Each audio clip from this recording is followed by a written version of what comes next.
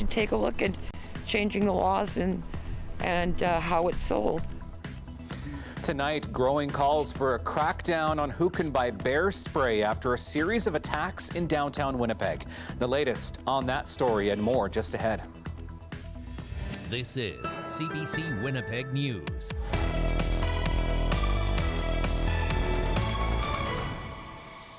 Thanks for joining us. I'm Laychuk. Police are still searching for two suspects after a series of seemingly random assaults over a matter of hours.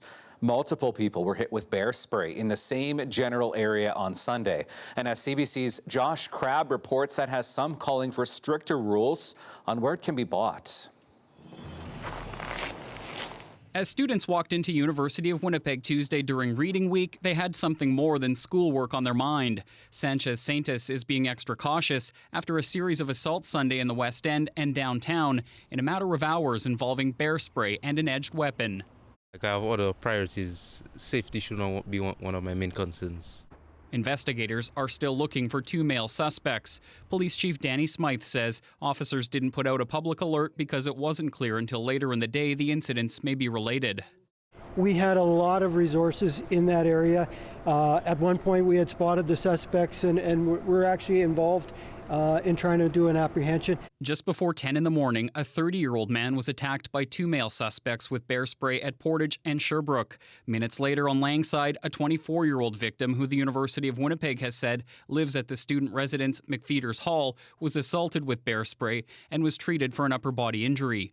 A 33-year-old man was bear sprayed at St. Mary Avenue and Colony Square at 1245. Really hits close to home when it's just down the block from you. Bear Clan coordinator Angela Clausen says the community group canceled their Sunday afternoon patrol in West Broadway. They didn't want to interfere with the investigation and feared it wasn't safe. She's concerned bear spray is too easy for people to get. Business owner Rick Sean is licensed to sell the product at his outdoor shop Wilderness Supply, but only after asking customers on how they plan to use it and seeing their ID. Sean suspects the people who are using it unlawfully are often buying it online. There's not a ton of places selling it online, but there's enough that allows that free flow of bear spray into Manitoba. And unfortunately, it's being used for purposes it's not intended for. If it's being, sourced online, and you can buy almost anything online these days, that's a different sort of thing, and that would require a different sort of intervention. Police don't have a motive for these assaults. Josh Crabb, CBC News, Winnipeg. Now, those assaults come as the province looks to beef up its prosecution services. 10 new prosecutors will be hired at a cost of $1.4 million a year. The goal will be able to help deal with the issue of violent crime. Justice Minister Kelvin Gertson says the additional staff will focus on serious crimes involving weapons, gangs, and gun trafficking. A teen from a northern Manitoba First Nation says she is overwhelmed by her community's response after she rescued several children from an apartment fire a week ago. Shanika Charnaby was airlifted to Winnipeg's Children's Hospital from Tatasquiac Cree Nation after suffering smoke inhalation. The 17-year-old ran into a burning apartment and helped bring two children to safety. I went upstairs and I went inside and I grabbed two kids and that mom and that kid, but then I went to the road to go wave people down. Chornaby says it feels good to be going back home, but says she would run into another fire if it meant saving more lives. A shortage of nurses in Canada means provincial governments are trying to recruit domestically, but they're also trying to lure nurses from abroad. But some internationally educated nurses already in Canada are feeling ignored, saying more needs to be done to help get their credentials recognized here. Karen Pauls explains. Nika Reyes planned to work as a registered hemodialysis nurse when she moved from the Philippines, but that's not how it turned out. It was a 2 to 3 years process, and it wasn't, I cannot see the end of the tunnel. Reyes applied to work in Ontario and Manitoba, but she failed the listening portion of her English language assessment by 1 mark. Last fall, that benchmark changed, which meant she would have passed, but by then, it was too late.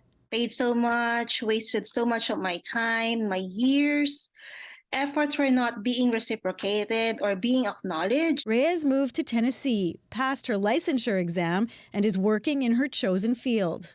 It's hard to know how many internationally trained nurses are in Canada struggling to get accredited, unable to work in their fields or help with the current healthcare crisis. We do know in Ontario in 2020 alone, 12,000 nurses were in that situation.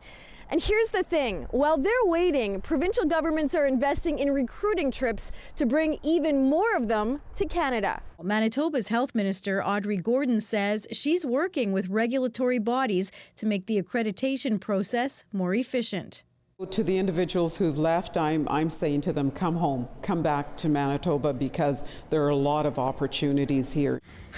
Nika Reyes misses her family and friends in Winnipeg, but she's not coming back. Canada is a good country, but for the nursing profession, it is not. It's not a friendly country for nurses. Karen Pauls, CBC News, Winnipeg.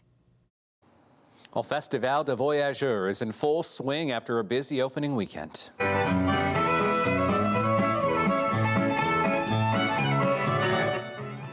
It has been 3 years since people could gather at the annual Winter Festival. Organizers and performers say it has been great to see people out in person again and are happy with attendance so far, even though it might be a bit cold out.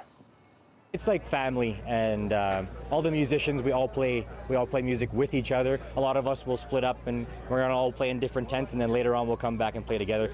So, yeah. You still have time to check out Festival de Voyageurs. Events run until Sunday at 6 p.m. Bundle up if you're heading out there.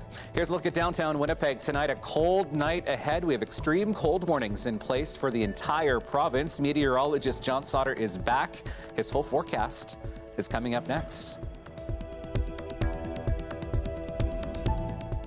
This weather update is brought to you by Capital Ford Lincoln.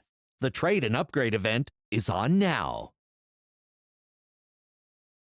Well, everyone in Manitoba is talking about it. The extreme cold warning now extended from northern Manitoba right in the south. It covers the entire province. Freeze times on exposed skin will be quite low. Now, through the evening hours and into the early overnight period, here in southern Manitoba, not that bad. We're in the risk of frostbite range. But by tomorrow morning, an 8 to 10 minute freeze time on exposed skin. So take it seriously. Across the north, it's hazardous. We're looking at just a few minutes for wind chills to freeze exposed skin in northern Manitoba through the evening hours, and about 8 minutes in the morning. So it's actually warming up overnight in northern Manitoba.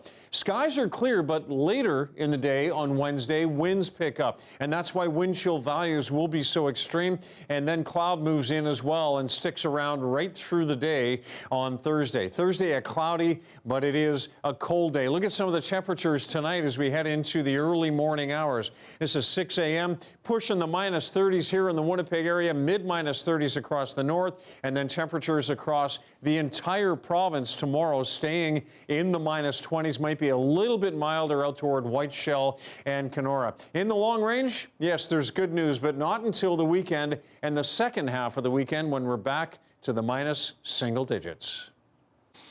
Thank you, John. Bundle up if you're heading out first thing in the morning tomorrow. That's your late news for this Tuesday. Thanks for being with us. We'll see you tomorrow at 6 and 11. Have a great night.